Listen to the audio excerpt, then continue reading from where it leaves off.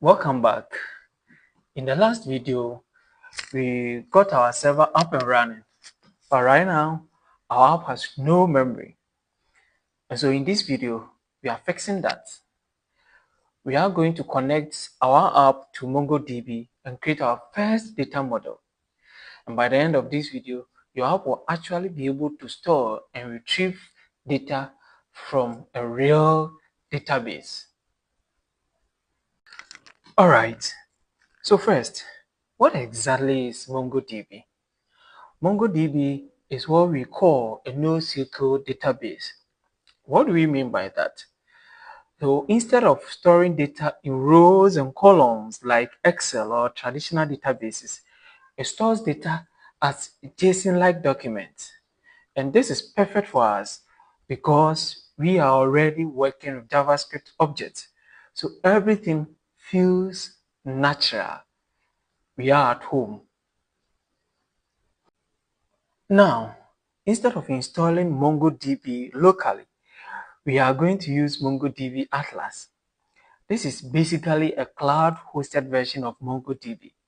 So everything runs online, no setup stress, no installation issues. And because we are beginners, when these things are shipped or taken away from us, it helps us to focus on the more important things. And the best part, it has a free tier, which is more than enough for this project. Even though there are paid options that you can explore when you are going live or when you are building a production level project, we are going to stick to the free version. So now, let's set up our MongoDB Atlas. So go ahead and head over to mongodb.com, create an account, and set up a new cluster. Once your cluster is ready, you get something called a connection string. It usually looks something like this. Now, this is very important. This string is sensitive. Do not put it directly inside your code. And when you're also setting up, you see that your IP address might not be added.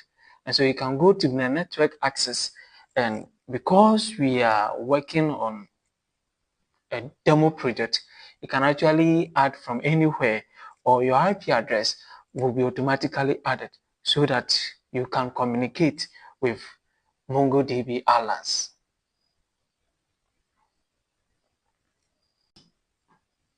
Now, we are not going to store the connection string directly inside our code. So what are we going to do?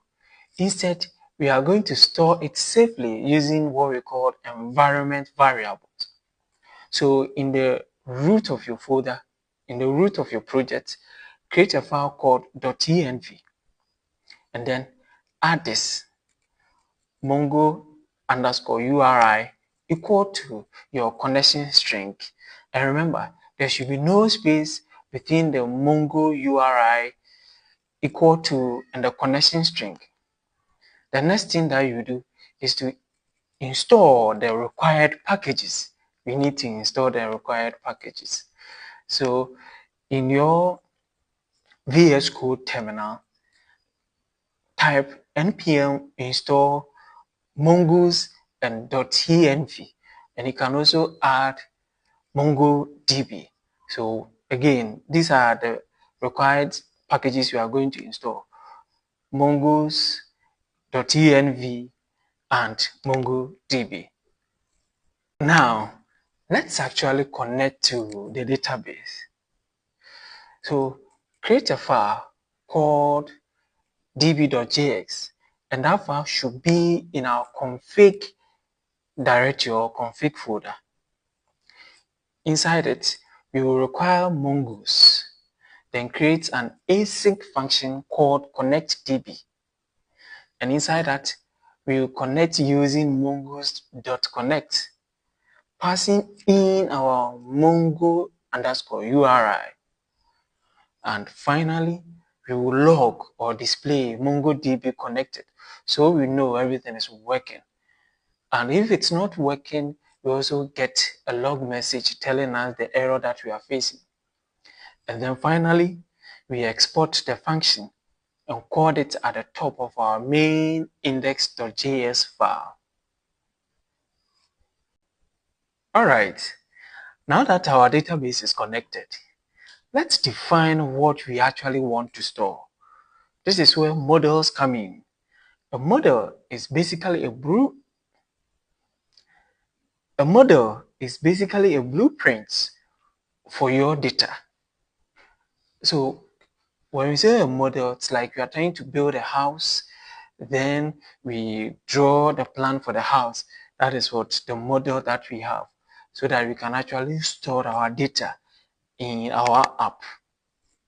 In our case, we are creating a task model. Each task will have one, a title, which is required, a description, which is optional, and a completed field, which is a boolean defaulting to false. We also add timestamps, so we automatically track when each task is created and updated.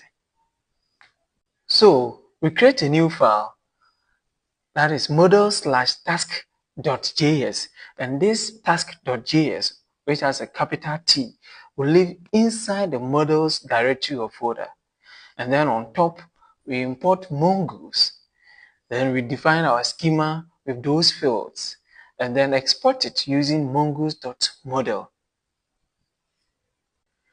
And now that our model is completed, we will import it into our index.js main file and then connect it to our app.